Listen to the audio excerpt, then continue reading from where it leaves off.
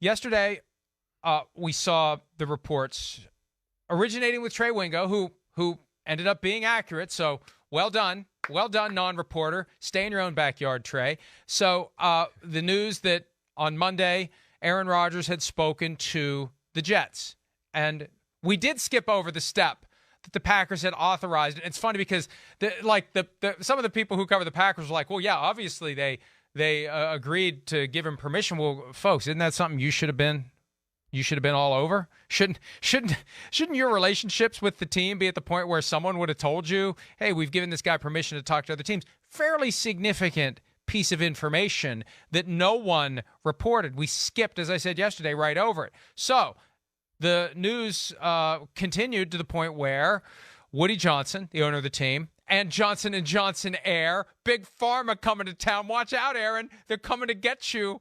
Robert Saleh, Joe Douglas, and Nathaniel Hackett all reportedly were part of the group that went to Green Bay to meet with Aaron Rodgers to talk to him about possibly joining the Jets. And California, that tells right? me, They flew out to Cali, I think, was it? California? Yeah, right. Yeah, I think so. I thought it was. Apparently, Green Bay, California, wherever the really rich guy's plane goes, and it's not restricted to just half of the country. They went to see Aaron Rodgers, and again, that's just another little piece of information that lets us know we're getting closer and closer to the point where he's no longer a Packer. Whether he plays for the Jets or someone else or no one at all, you wouldn't be taking this meeting if you were committed to playing for the Packers in 2023. Chris. No. I think by all due accounts, this is real. And if you made me bet right now, I would sit here and start to go, no, I expect Aaron Rodgers to be the Jets quarterback here and make it official sometime in the next week. That's where I feel this is going. Right? There's a lot of people in league circles that think, that Green Bay has told Aaron Rodgers they'd like to move on and go to Jordan Love. This is definitely percolating through the league, that it's a real thing, right? And the fact that he is, taking this meeting and, doing this, we didn't see him do this last year. So this tells me it's real. And the point that we got to this point, let alone, hey, not only from, people I've heard around the NFL, but all the things that we heard, leading up to this, with people semi-connected to the situation. Yeah, I think that it's officially has happened, that Green Bay has gone, okay, hey, Aaron Rodgers, you're the man, we love you, but we'd like to move on and see what Jordan Love has and start that era of football, and that's why he's doing this. And, I expect it to happen now. The fact that we're on a private plane going out to California or Green Bay, wherever the hell he is at this point, I think that the status of that team, where they are, there's a ton of talent. Nathaniel Hackett being the offensive coordinator who, hey, Nathaniel Hackett, head coach, we can debate all that all you want. Offensive coordinator, guy that can, make a quarterback feel good and comfortable and trust his system and all that. He's special that way. And, as we sit here, I'm expecting Aaron Rodgers to be the quarterback of the Jets in the next week. Actually, I don't think there's much we can debate about Nathaniel Hackett, head coach. I don't think No, there's you're much right. There's really not. fair debate You're right. on that. Okay, I got you. You're right. But as offensive coordinator, there's that connection with Aaron Rodgers. And the report yesterday from ESPN was they flew out Tuesday. That doesn't mean, maybe today's the meeting. I don't know. But today is the anniversary of when Aaron Rodgers made it known he was staying with Green Bay. What's he doing 1 year later? He's meeting with the Jets. And that doesn't mean he's going to play for the Jets. The meeting may not go well. And again, I say this in jest from time to time, but he did go on McAfee's show and launch into this rant that Big Pharma, and he mentioned the names, Pfizer, Moderna, and Johnson & Johnson, all are responsible for people in the sports media vilifying him because he was anti-vax. And now he's going to break bread and talk turkey with Woody Johnson, who's a Johnson & Johnson heir, and you think this isn't going to come up? I don't know. That's the thing. What topics come up when you have dinner with Aaron Rodgers? I have a feeling he sets the agenda. And this is where you run the risk of really creating a potential mess for yourself. If they're going to be tiptoeing on eggshells around Aaron Rodgers, if they become so smitten with the idea that they have to have Aaron Rodgers, you're giving the guy way too much power on the way in the door, and you're setting the stage for some potentially ugly stuff to go down once you start playing games and once, coaches have ideas about the way things should go and Aaron Rodgers doesn't think it should go that way. He's going to walk through the door, Chris, with a lot of power. Well, yes, he is, but that's a risk they're obviously willing to take. They're looking at it right now, and I'm sure they're sweating a little bit right now with like, man, okay, wait. If we don't get it done with Aaron Rodgers, what are we going to do? I know there's the Jimmy Garoppolo conversation that's out there, but, Derek Carr being gone and going to the Saints, their options are limited. So, yeah, they're going to have that. Would they go after Lamar? Would they go? We haven't seen a report that they're not interested in Lamar. I know. You're right. I wanted to bring that up in segment 1, so that will be interesting. Maybe they will get desperate enough or, start to kick the can on that one or the tires on that one a little bit as they get an answer for Rodgers. But I think to your point, yeah, you're very real and right about that. That's where Nathaniel Hackett will come into play in a big-time way because he's going to go, wait, I know this guy. I know how to communicate with this guy. I can, make some of those issues that you might worry about certainly lesser. We'll see where that goes. But, yeah, I think that the Jets have made their bet here as far as they put it out there. They're going to do whatever it takes to get a quarterback that they want, and options are limited. So, and they got a team that, we've said, and everybody says, it's ready right now. So they're feeling the heat of that. And, yeah, I just think as it stands right now, and the fact that he's entertaining this tells me that he wants to play football. And then, yeah, from what I've heard around league circles is that Green Bay would like to move on, and I'm expecting something to be done. Now the next part of it is, what do you got to give up to get Rodgers? Is there, some sort of change to the contract? Those are the things that I'm interested to see, or what happens here if they get a little further down the road in the conversation.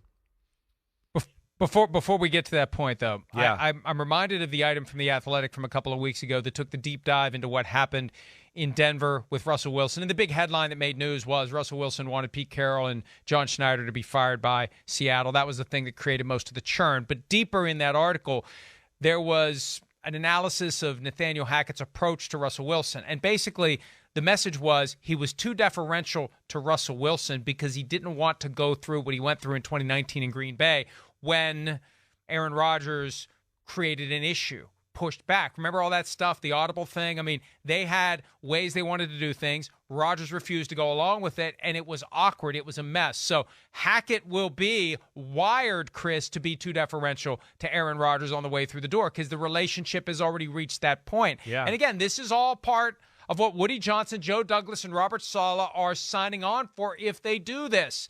They're willing to welcome for 1 year and maybe 1 year only all sorts of dysfunction and potential topsy-turvy, hard feelings, awkward press conferences, strange meetings, whatever it may be.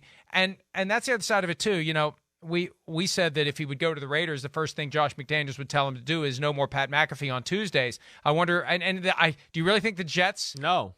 Given the posture right now where it feels like they're bending over backward for this guy, do you really think they would breathe a word of that possibility or even try to talk him out of it? No, I don't. And I think the Jets are, the type of team that kind of lets the coaches, the organization, at least at this point, seems to be a team that lets their personalities talk and be who they are going to be, right?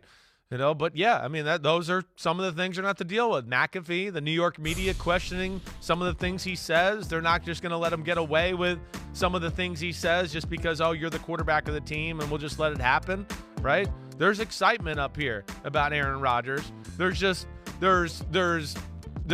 people that are scared too because of the reasons and the things you're talking about.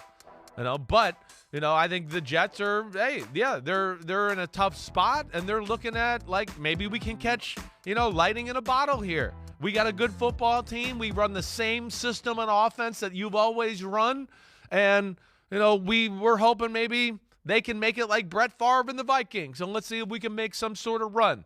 Again, is that wishful thinking? I don't know. What's it going to take to get done? I don't know either. But here's what I would say, too, Mike, as far as, you brought up a lot of things that certainly are worthy of questioning.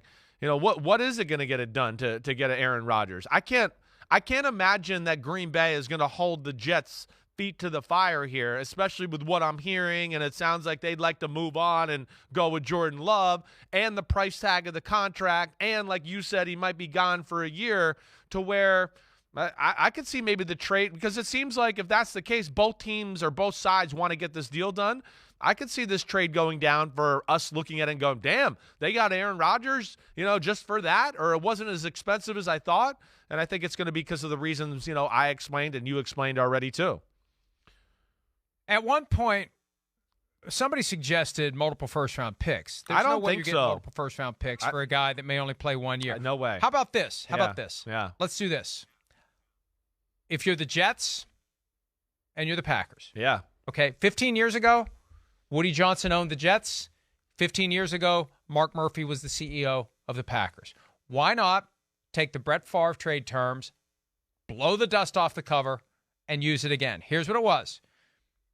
Packers got a fourth-round pick if Favre played under 50% of the snaps in 2008.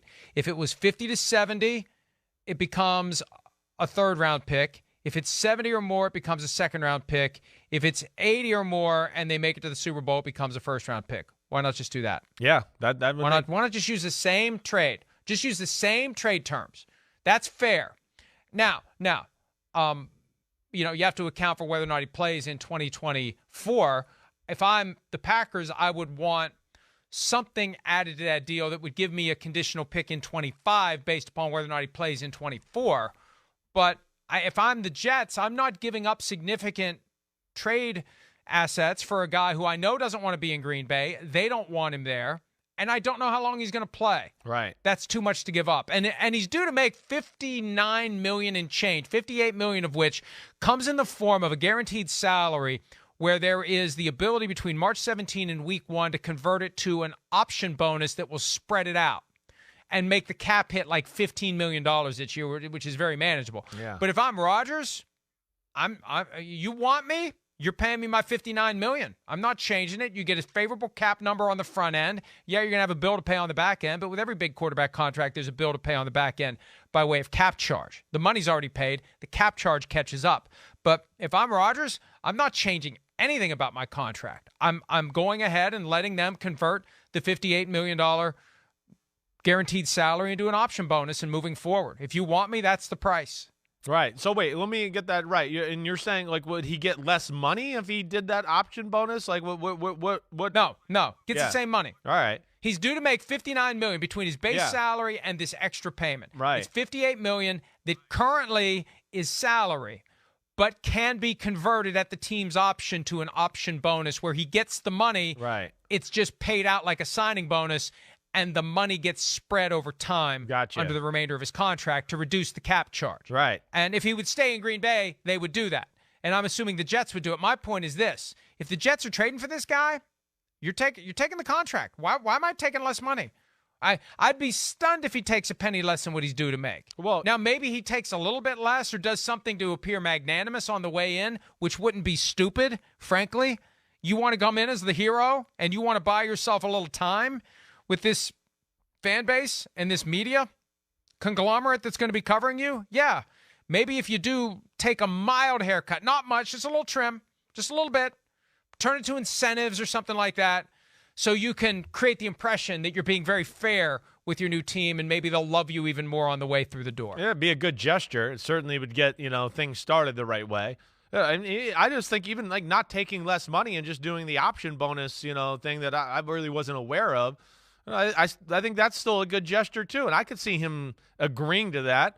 I can because, again, it's a guy that's got who knows how many $100 million in the bank already. So, hey, I'm going to get my money. Who cares if it's spread out a little bit over the, next year or two to get it. But, yeah, I'm going to be interested too. And you're right, the Brett Favre thing, there is a little bit of a guideline there. And honestly, I can't remember what Brett Favre was making as far as contract at that point, but – with $12 million. Was it $12 million? Yeah, which was, a lot at that time, certainly. But I could see maybe that deal even being done without the first-round option being maybe part of that whole trade because of all the things you said. There's a lot there that goes into this, and it seems like they want to move on and do this, and the Jets want to make it happen. And I don't think there's that many suitors out there right now as it stands, right?